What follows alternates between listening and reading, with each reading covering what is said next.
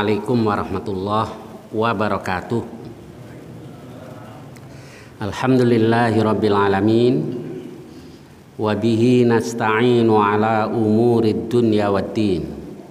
Assalatu wassalamu ala asyrafil anbiya'i wal mursalin nabiyyina Muhammad wa ala alihi wa sahbihi ajma'in, amma ba'd. Kita lanjutkan kajian kita masih dalam bab yang sama, yaitu babun nar yadkhuluha al-jabbarun dan seterusnya. Kita sampai pada hadis nomor 1811. Bismillahirrahmanirrahim. Hadithu Abi Sa'idin Al-Khudri. Hadis Abu Sa'id Al-Khudri radhiyallahu anhu qala Rasulullah sallallahu alaihi wasallam. Rasulullah sallallahu alaihi wasallam bersabda, yu'ta bil maut, nanti akan didatangkan kematian, kahayati kabshin amlah, seperti keadaan kambing kibas amlah yang berwarna putih campur hitam. Baik, sampai sini dulu. Kematian itu nanti akan didatangkan, kata Rasul, seperti keadaan seekor kambing kibas amlah yang berwarna putih campur hitam, yakni di akhirat nanti. Apa maksudnya ini? Padahal di sini ada beberapa pendapat lah di antara para ulama. Kalau di antara para ulama atau jumhurus salaf dan sebagian mutakallimin. Mutakallimin itu ahli-ahli kalam. Mereka katakan annahu la yutakallamu fi ta'wiliha, tidak dibicarakan tentang takwilnya, tidak usah diinterpretasikan dengan makna ini itu, bal nu'minu annaha haq, tetapi kami beriman bahwa itu adalah hak, ala ma aradallah, sebagaimana yang dikehendaki oleh Allah, walaha ma'nan yaliqu biha, dan seterusnya, dan pasti itu punya makna yang layak atau yang sesuai dengannya. Ini pendapat ulama salaf dan sebagian ahlul kalam.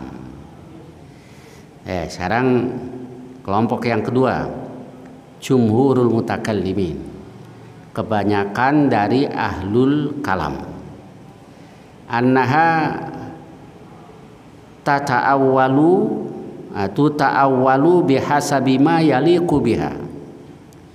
Jadi takwil itu kan memindahkan dari makna dekat kepada makna yang jauh, ya sesuai dengan apa yang pantas dan yang layak untuknya. Nah, kemudian ini tentang apa tadi, kematian kok dikatakan nanti akan diwujudkan seperti seekor kambing kibas. Nah, di sini saya salah tadi, ada beberapa pendapat tentang kok kematian dikatakan begitu. Kalau menurut ahlus sunnah, kata Imam Al-Maziri, al-mautu inda ahli sunnah aradun yudadul hayah. Jadi tadi yang saya bacakan pertama tadi saya keliru, salah tuh. Jadi yang ini kematian itu kata beliau itu adalah aradun. Aradun itu apa kalau dalam bahasa filsafat itu ada aksidensi itu apa. Jadi ada substansi. Kalau istilah Arabnya jauhar, saya belajarnya istilah Arab itu apa? Jauhar. Nah, itu substansi. Lalu ada aradun. Aradun itu eksidensi. Lalu ada mahiyah. Kalau mahiyah itu esensi. Jadi mungkin sedikit sebagai gambaran gini kan. Kalau ini barangnya jauhar. Nah, kemudian ada sifat-sifat yang kalau sifat itu hilang ya berarti hilang substansi tadi. Contohnya apa itu? Kacamata alat untuk melihat atau membaca gitu. Nah, sifat untuk melihat membaca ini sifat yang sifatnya esensial. Lalu ada sifat-sifat yang tidak esensial. Nah, itu yang eksidensi. Jadi kalaupun sifat itu hilang, ini tetap substansinya. Nah, begitulah sedikit mungkin barangkali kalau salah saya menggambarkan, saya mohon maaf itu. Nah, kemudian dari situ kemudian para ulama tadi beda-beda pendapat dalam memahami hadis tadi, bahwa kematian itu nanti akan diserupakan seperti seekor kambing kibas. Jadi kalau menurut Ahlus Sunnah, kata Imam Al-Maziri, al-mautu inda ahli sunnah aradun yudadul hayah, yaitu lawan dari hidup, mati, hidup. Jadi sifat yang sifatnya aksidensi. Nah, kemudian sebagian Mu'tazilah itu berpendapat laisa bi aradin. Nah, itu bukan eksidensi. Bal ma'nahu adamul hayah. Maknanya adalah ketidakadanya hidup dan seterusnya. Baik, kemudian di sini kata Imam Al-Ghazali itu wahada khata, itu salah. Karena ada ayat khalaqal mauta wal hayah, Allah ciptakan kematian dan kehidupan. Jadi ayat tadi menetapkan bahwa kematian adalah makhluk. Tetapi dua madhab tadi, baik yang Mu'tazilah ini sama-sama mempercayai bahwa kematian itu bukan jasad, itu bukan jasad dalam bentuk seekor kambing atau lainnya itu. Tetapi sebagian kemudian mengatakan lalu ditakwil. Tapi kemudian thumma yudhbahu mithalan, lalu jadi mentakwil bahwa Allah menciptakan kambing tadi itu, kambing kibas tadi, lalu dipotong, disembelih sebagai contoh, sebagai perumpamaan, li'annal mauta la yatra'u ala ahlil akhirah, sebab kematian itu tidak akan terjadi buat ahlul akhirah. Orang di akhirat sudah tidak ada mati lagi. Nah, jadi begitulah pendapat di antara para ulama tadi. Jadi sebagian berpendapat bahwa Allah ciptakan seekor kambing kibas nanti disembelih, itu sebagai contoh bahwa kematian sudah ditiadakan oleh Allah Subhanahu wa Ta'ala. Kemudian ada juga yang berpendapat itu menunjukkan bahwa kambing itu bisa untuk pengganti, fida. Contohnya Nabi Ismail waktu mau dipotong oleh Nabi Ibrahim, wa fadainahu bidzibhin azim. Ada juga yang berpendapat itu, wallahu alam. Tapi yang jelas Nabi SAW katakan begitu tadi, dan maksudnya bahwa nanti sudah tidak ada lagi kematian itu. Maka Nabi katakan yu'ta bil mauti kahayati kabshin amlah fayunadi munadin. Lalu ada yang berseru, yakni malaikat insyaallah, ya ahlal jannah, wahai ahlul jannah, wahai penghuni sorga, fayashra'ibuna wa yangdurun. Lalu mereka angkat kepala leher mereka dan mereka melihat, fayaqul. Lalu penyeru tadi mengatakan, hal ta'rifuna hadza, apa kalian mengenali ini? Fayaqulun, lalu mereka katakan, na'am hadzal maut, iya kami mengenali ini adalah kematian. Wa kulluhum qad ra'ah, dan semuanya melihatnya. Tsumma yunadi ya ahlan nar, kemudian dia berseru lagi, penyeru tadi, ya ahlan nar, wahai penghuni neraka, fayasra'ibun wa yanzurun, fayasra'ibun wa yanzurun, mereka angkat leher mereka dan mereka melihat. Fayaqul hal ta'rifuna hadza, apakah kalian mengenali ini? Fayaquluna na'am hadza al-maut. Wa kulluhum qad ra'ah, semuanya melihatnya.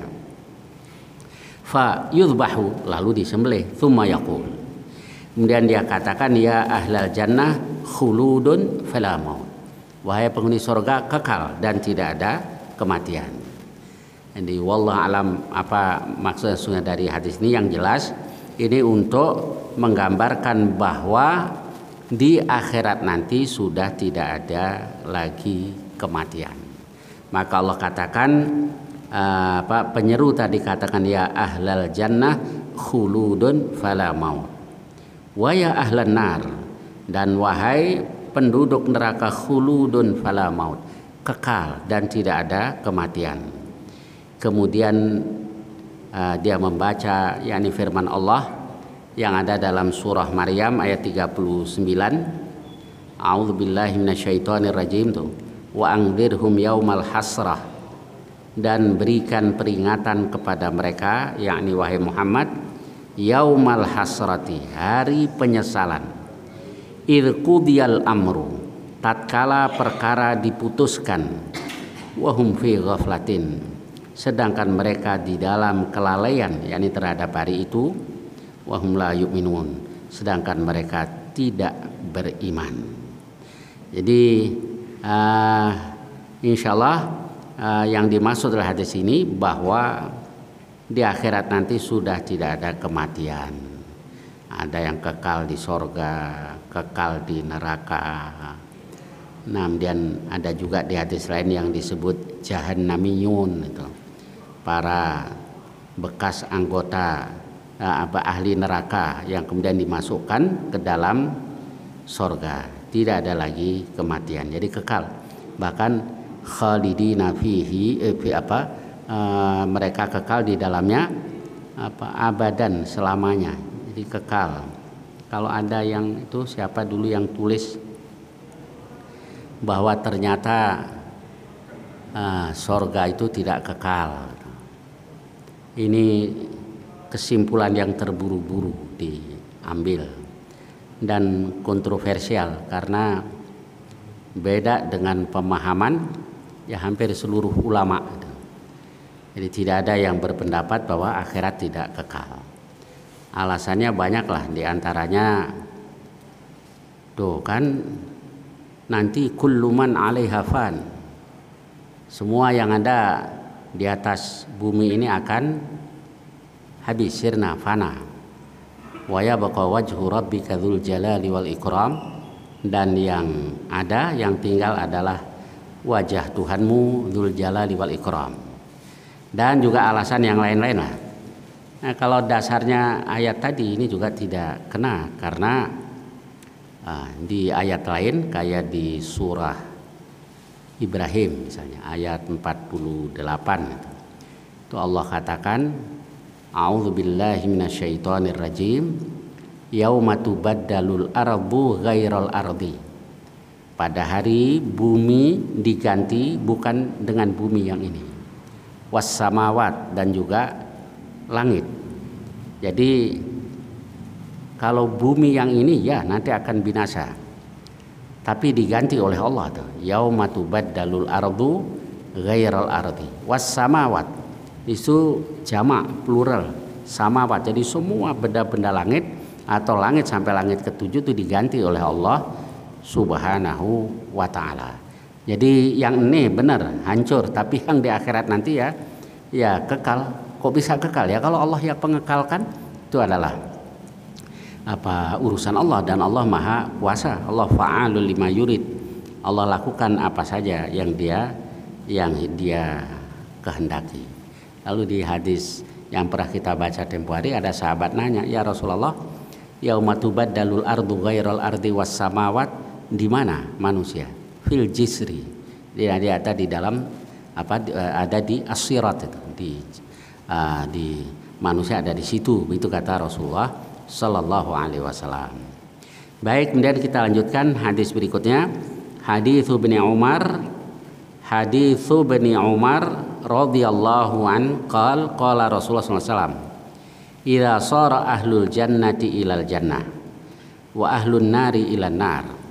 Apabila penghuni sorga sudah menuju ke sorga dan penghuni neraka menuju ke neraka, ji'abil maut, maka didatangkanlah kematian, hatta yuj'ala bainal jannati wan nar, hingga dijadikan berada di antara sorga dan neraka. Tsumma yudbah, kemudian disembelih tadi sudah kita bahas maksudnya. Baik, tsumma yunadi munadin, lalu ada penyeru yang berseru, "Ya ahlal jannah, wahai penghuni sorga, la mauta, tidak ada lagi kematian.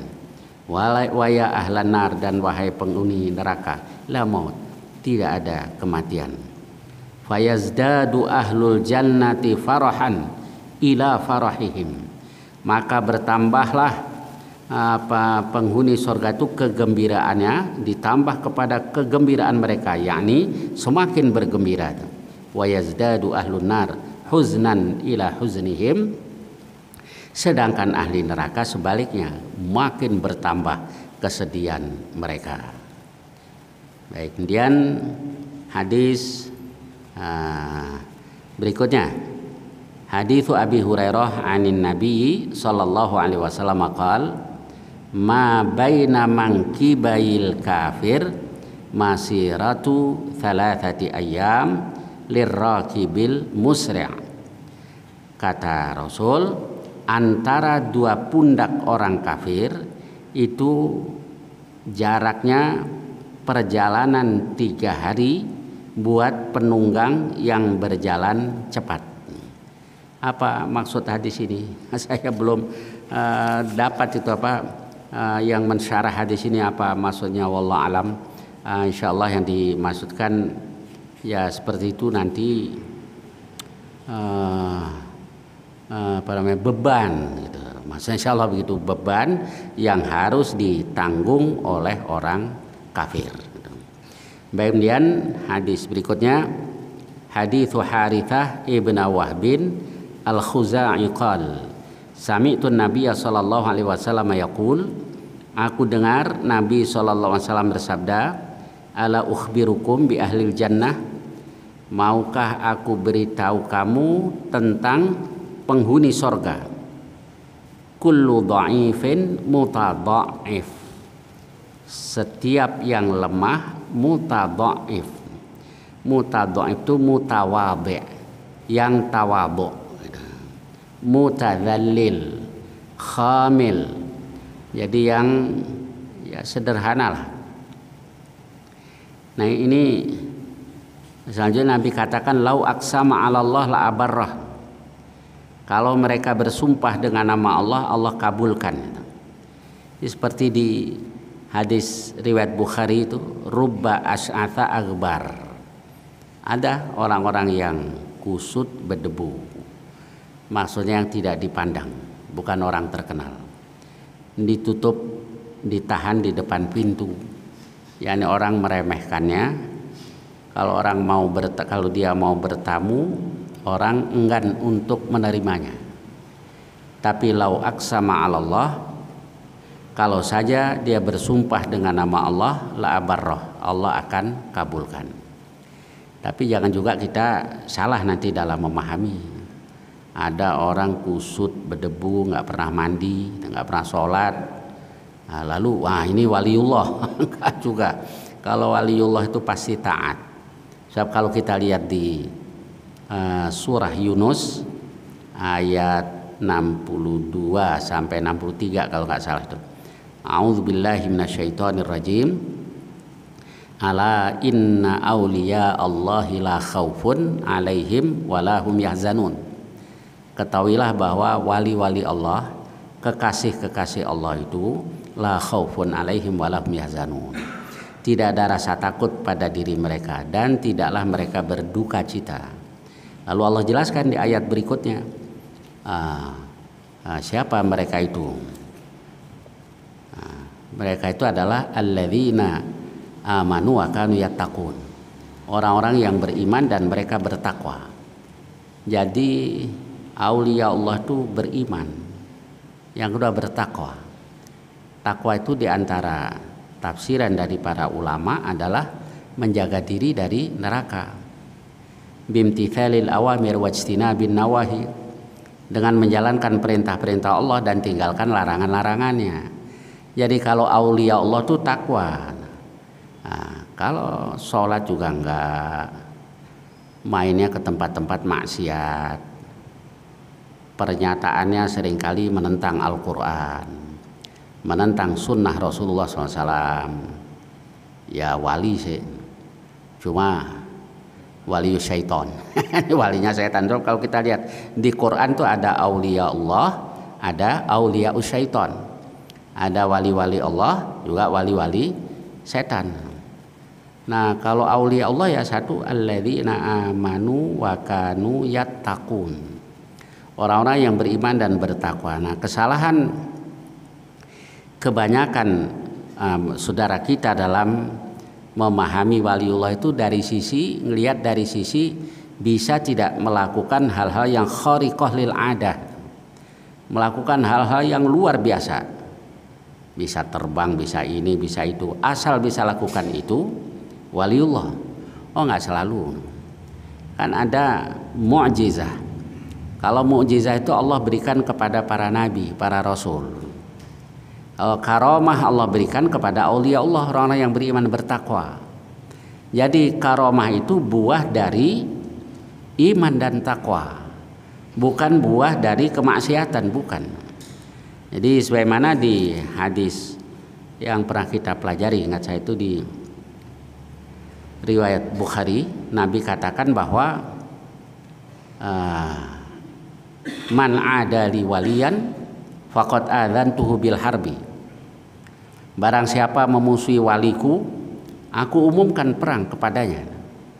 Di lafaz yang lain Allah katakan man adali waliyan faqad barazani bil muharabah. Barang siapa memusuhi waliku berarti telah menantang aku berperang. Nah, kemudian tapi jangan berhenti sampai di sini saja, harus kita lanjutkan karena selanjutnya Allah menjelaskan siapa kekasih Allah itu. Nah, lalu Allah katakan wa ma taqarraba ilayya 'abdi bimithli ada'i maftaratuhu alaih. Hambaku di dalam taqarrub, dalam mendekatkan diri kepadaku, tidak seperti kalau dia melakukan hal-hal yang aku fardukan. Jadi waliullah itu sungguh-sungguh dalam menjaga yang fardu. Kalau sholat fardu enggak, puasa fardu tidak, lalu yang haram-haram dilakukan, dia bukan waliullah. Baik. Kemudian di lafaz yang satu lagi, wa ma taqarraba ilayya 'abdi bi syai'in ahabbu ilayya, hambaku tidak takarrub kepadaku bi syai'in ahabba ilayya, dengan melakukan sesuatu yang lebih aku sukai mimma aftaratu alaih, daripada yang aku fardukan. Jadi takarrub kepada Allah yang paling disukai Allah itu yang fardu, baru yang sunat.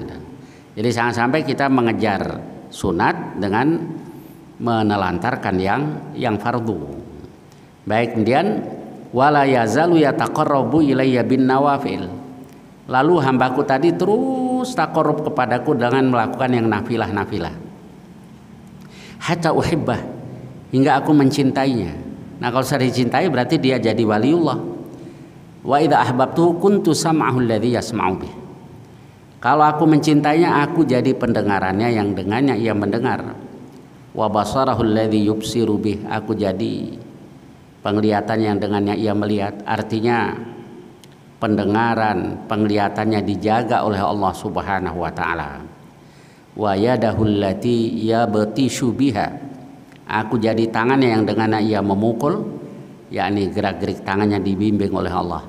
Wa rijlahu allati yamshi biha, dan aku jadi kakinya yang dengannya ia berjalan. Wala in sa'alani la'utiyanna. Kalau dia minta kepadaku, aku berikan. Nah, ini yang Allah sebut karomah. Jadi doanya dikabul oleh Allah tuh. Wala in sa'alani la'utiyanna. Wala in ista'adani la'uidzanna. Kalau dia minta perlindungan kepadaku, aku lindungi. Nah, ini karomah para wali. Jadi doanya dikabul oleh Allah. Nah, yang ketiga itu istidraj yang Allah berikan kepada saharah, pada para tukang sihir. Jadi tukang-tukang sihir atau aulia syaiton, wali-wali setan itu bisa mungkin melakukan hal-hal yang luar biasa, tetapi bukan tanda dia seorang kekasih Allah Subhanahu wa taala. Nah, seringkali saudara kita itu nggak bisa membedakan itu. Mana karomah, mana istidraj. Ya, yang dimiliki tukang-tukang sihir. Lagi kalau wali itu ngumpet, nggak suka kelebihannya diketahui orang. Kayak Uwais dari kalangan tabi'i, ngumpet. Mau ditawari oleh Umar, mau dibuatkan memo lah untuk pemegang Baitul Mal atau amil yang ada di Kufah. Karena dia tanya mau pindah ke Kufah. Kata Umar, afala aktubu ila amiliha, mau tidak saya buatkan memo ke amil yang ada di Kufah? Dia katakan tidak. La bal akunu fi ghabaratin nas ahabbu ilayya. Tapi saya tinggal di tengah-tengah rakyat biasa, itu yang lebih aku sukai. Nah, ini waliullah. Kalau yang punya anak buah, tugas kamu, ayo ini kampanyekan saya. Nah, ini ada orang yang doanya terkabul di desa ini, desa itu bukan waliullah, itu orang nyari duit. Kalau waliullah tidak seperti itu. Baik, kita kembali ke hadis ini. Jadi ada memang orang-orang yang kullu dha'ifin mutadha'if, lemah, tawadu, sederhana dan seterusnya. Tapi bukan tawadu yang dibuat-buat. Ada juga orang tawadu itu dibuat-buat. Nunduk. Biarin aja, orang belum tahu siapa saya. Nanti kalau udah tahu nih hafid Quran, hafid kitab ini, kitab itu, cium tangan semuanya. Ini bukan tawadhu. Jadi tawadhu ya tawadhu yang sesungguhnya. Tawadhu karena dia menyadari betapa banyak kekurangannya. Jadi ru'yatul ala wa ru'yatut taksir. Karena dia melihat nikmat Allah yang luar biasa dan menyadari kekurangan diri sendiri. Maka lahir dari kedua hal tadi tawadhu. Maka dia rendah hati. Jadi ya rendah hati yang sungguhnya, tawadhu yang sungguhnya. Baik, jadi sebenarnya kalau mau nyari doa, mau tawasul, kadang-kadang di kampung-kampung, imam musola, imam masjid, nggak nyari ini itu. Tapi yang beriman, bertakwa, dan kadang orang nggak pandang dia. Tapi ternyata lau aqsama Allah la abarrah. Kalau dia bersumpah dengan nama Allah, dia akan kabulkan. Di zaman Nabi ada orang yang kalau bersumpah dengan nama Allah, Allah kabulkan. Yaitu Anas bin Nadhr. Anas bin Nadhr itu paman dari Anas bin Malik. Kalau sahabat Anas kan Anas bin Malik bin Nadhr. Dia punya paman Anas juga, Anas bin Nadhr. Nah, dia punya saudara perempuan Rubaiyah.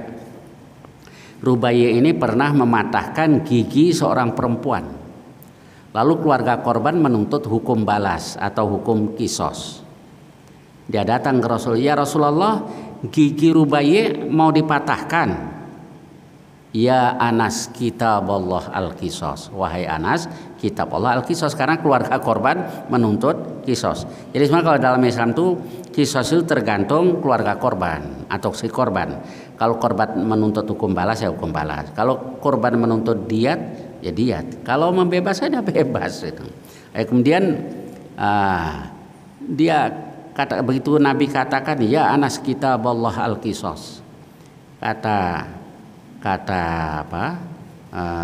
Anas bin Nadhr, wallah, demi Allah tidak akan dipatahkan gigi Rubaiyah.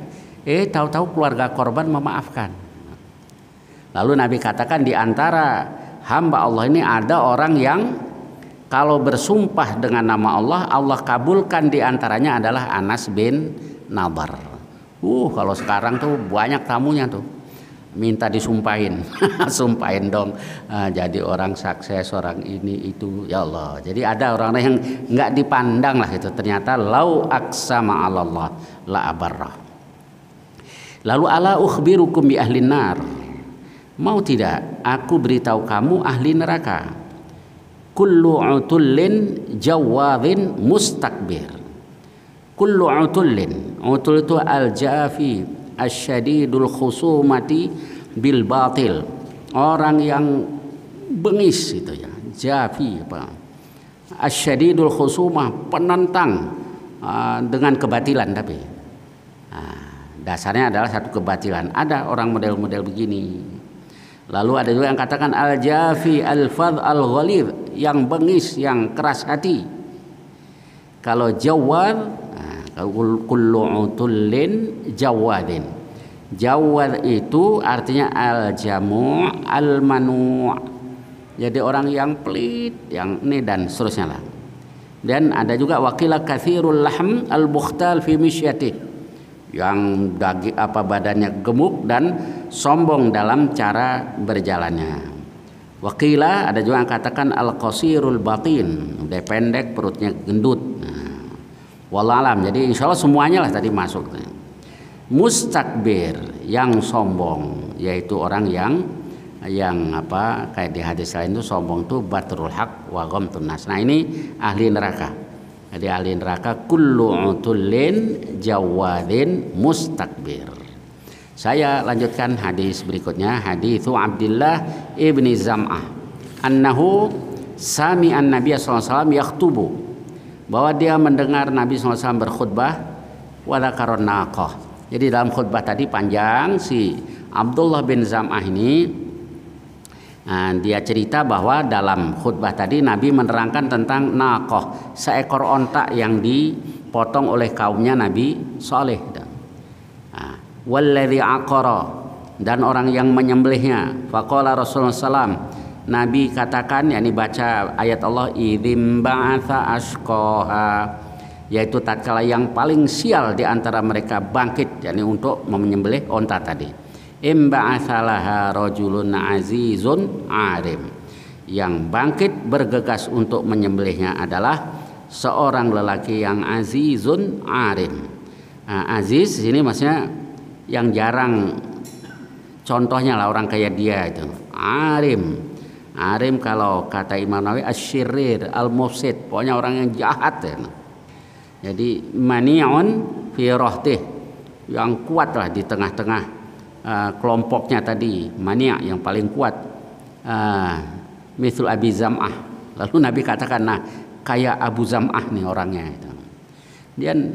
Kemudian wa dzakaron nisa, lalu Nabi menerangkan tentang perempuan-perempuan.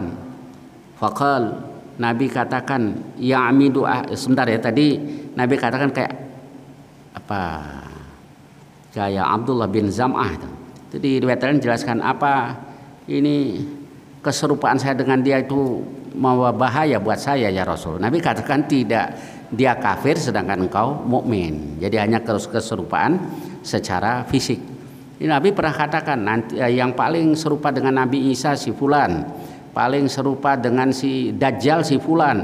Kemudian dia nanya apa keserupaan itu membahayakan. Ternyata tidak, hanya keserupaan secara fisik saja. Baik, saya lanjutkan. Dan tentang perempuan-perempuan Nabi katakan ya'midu ahadukum yajlidu imra'atahu jaldal abdi. Salah seorang dari kamu menuju istrinya, dia cambuk istrinya seperti mencambuk budak. Jadi gini, ada orang yang galak sama istrinya, beraninya sama istri ya. Kalau berani tantangin preman pasar gitu ya. Berani sama istri mau diapain juga kalah lah, namanya juga istri. Nah, kemudian memang kalau kita lihat di surah An-Nisa itu, ketika istri nusyuz, wallati takhafuna nusyuzahun, perempuan-perempuan yang kamu khawatirkan nusyuz atau kedurhakaan mereka, ada tingkatan, fa'idhuhun, nasihati.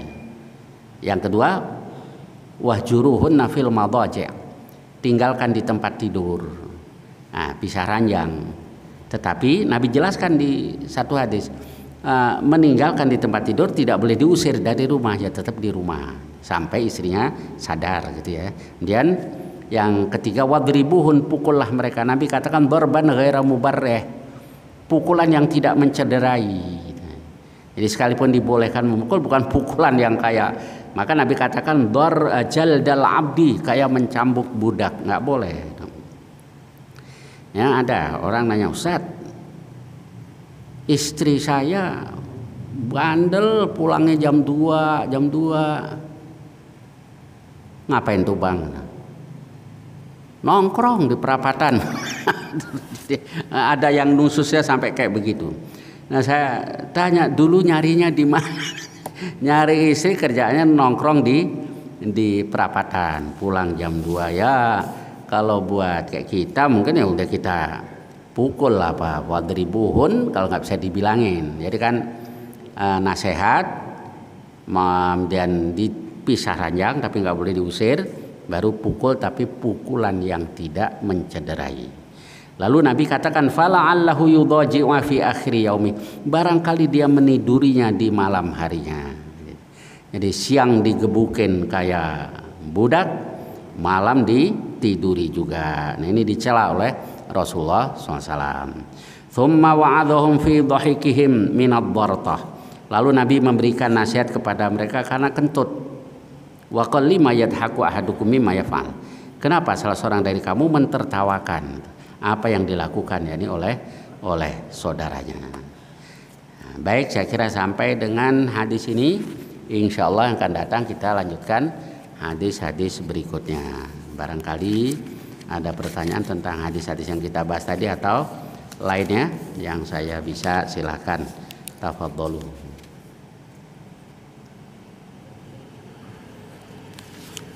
Silakan Pak Ji, silakan.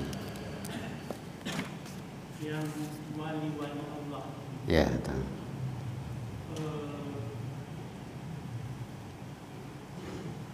Apakah wali-wali Allah ini, karomah yang diberikan kepada wali Allah ini sama atau berbeda-beda karomah Ya. yang diberikan Allah kepada wali-wali? Baik, apa? Dan sekarang ini kan juga banyak yang menurut orang-orang punya kemampuan untuk mendoakan orang sehingga Ya. sukses, Ya. jadi apa, Ya. jadi bupati, jadi gubernur. Ya. Apakah ini, dan ini orang ini sudah jadi populer? Ya. Bagaimana itu? Ya, baik. Baik, yang pertama tadi, apakah karomah yang Allah berikan kepada aulia Allah itu sama gitu ya. Samanya ada, terkabulnya doa sama kalau dalam hal itu. Tapi bentuknya karomah itu bukan keahlian yang melekat pada seseorang, tidak. Contohnya, ketika Nabi SAW menjelaskan tentang seorang pemuda yang dari seorang pemuda yang bersama tukang sihir raja yang zalim itu, yang Ashabul Ukhdud itu, kisah Ashabul Ukhdud. Si pemuda ini ringkasnya kan kemudian beriman. Tadinya dikaderkan sebagai tukang sihir, tapi dia sering mendengar kajian seorang pendeta, seorang rahib. Akhirnya dia masuk Islam lah gitu. Kemudian setelah itu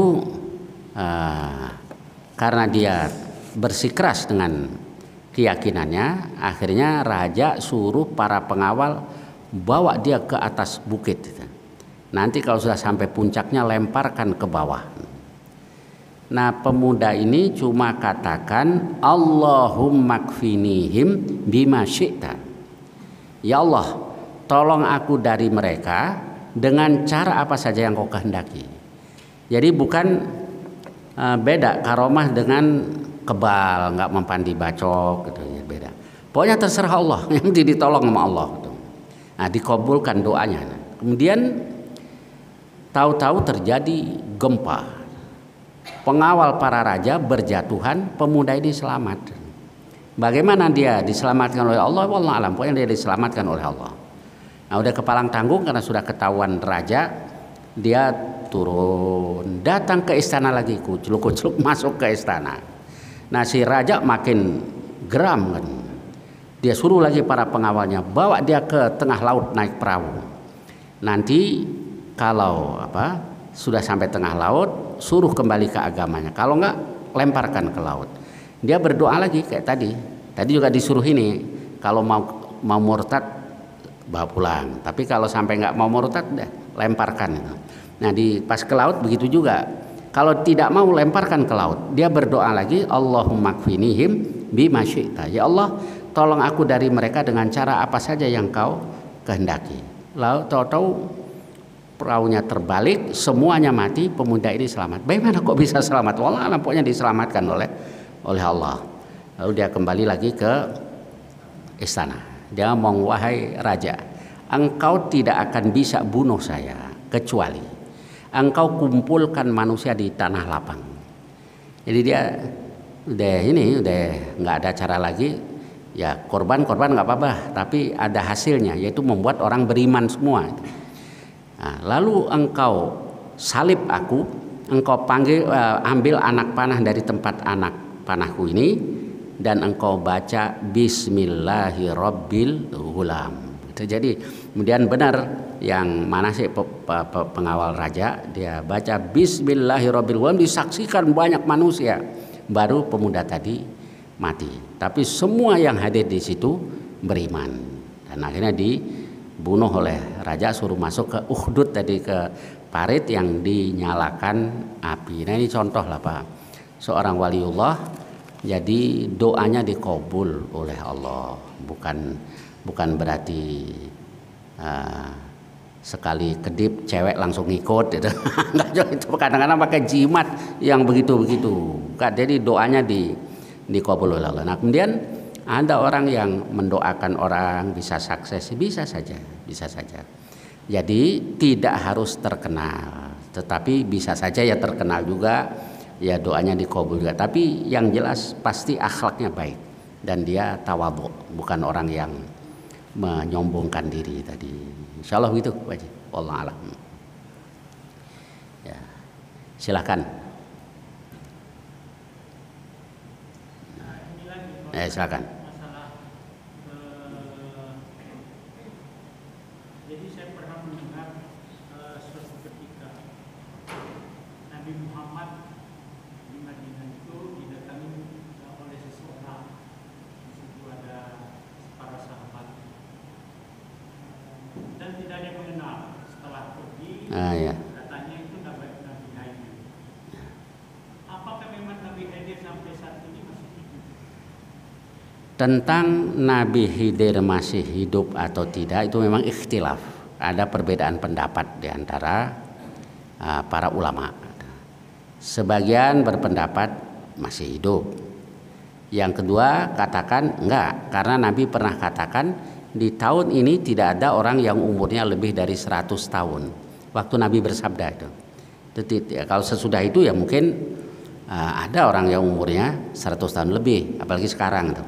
Tapi di saat itu Nabi katakan tahun ini tidak ada orang yang umurnya lebih dari 100 tahun. Nah, dari sini sebagian ulama berpendapat bahwa Nabi Khidir sudah meninggal. Wallahu alam. Tapi gimana yang sebenarnya? Jadi kalaupun misalnya masih hidup, kita tidak disuruh mengikuti syariah Nabi Khidir. Karena Nabi Musa saja itu tidak disuruh mengikuti syariah Nabi Khidir. Di hadis riwayat Bukhari, Nabi katakan ketika menceritakan tentang Khidir dan Musa, dialog antara Khidir dengan Musa, Khidir katakan, Allah ajarkan kepadaku yang tidak diajarkan kepada engkau, dan Allah ajarkan kepada engkau yang tidak diajarkan kepadaku. Jadi dua-duanya semua dapat syariah dari Allah, cuma beda aja, beda. Kalau Nabi Khidir itu kan dikasih tahu lebih dulu. Ini di belakang ada perompak nih. Nah, jadi dikasih tahu. Kalau Nabi Musa kan tidak. Jadi beda lah gitu. nih ada barang nih di bawah gedung, bawah bangunan ini peninggalan anak yatim, akan dikasih tahu oleh Allah. Nah, adapun tindakan Nabi Khidir dalam ketiga kasus tadi, itu yang pertama ijtihad Nabi Khidir. Dia katakan fa'aradtu an a'ibaha. Aku ingin menodai bahtera ini. Berarti itu ijtihad beliau dan dibenarkan oleh Allah. Kasus yang kedua tentang membunuh anak kecil, kami ingin. Berarti itu ijtihad Nabi Khidir yang sesuai dengan perintah Allah. Nah, yang ketiga membangun gedung itu semata-mata perintah Allah, membangun tembok tadi. Karena itu beliau katakan wa ma fa'altuhu an amri, aku tidak melakukannya karena keinginanku. Dzalika ta'wilu ma lam tasti' alaihi sabra, itulah penjelasan dari hal-hal yang kau tidak mampu bersabar terhadapnya. Jadi kalau Nabi Khidir sabar karena Nabi Khidir tahu dan disuruh Allah tadi yang ketiga tadi untuk membangun tembok tadi. Wallahu alam, insyaallah begitu aja. Ya. Ada lagi, silakan.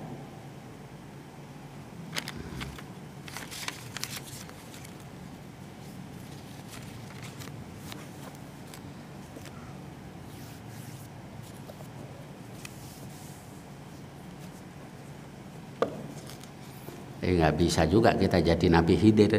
Mau menjalankan Nabi Khidir. Ada orang malam-malam nelpon saya, tuh gimana itu doa Nabi siapa yang Nabi Sulaiman yang nelpon orang Gangmes kan kang kambing kan, ngapel loh mau ngomong sama kambing. Dia ketawa. Ya nggak bisa, itu mukjizat yang Allah berikan kepada Nabi Sulaiman. Mau belajar bagaimana tetap aja kita nggak bisa apa tahu bahasa binatang.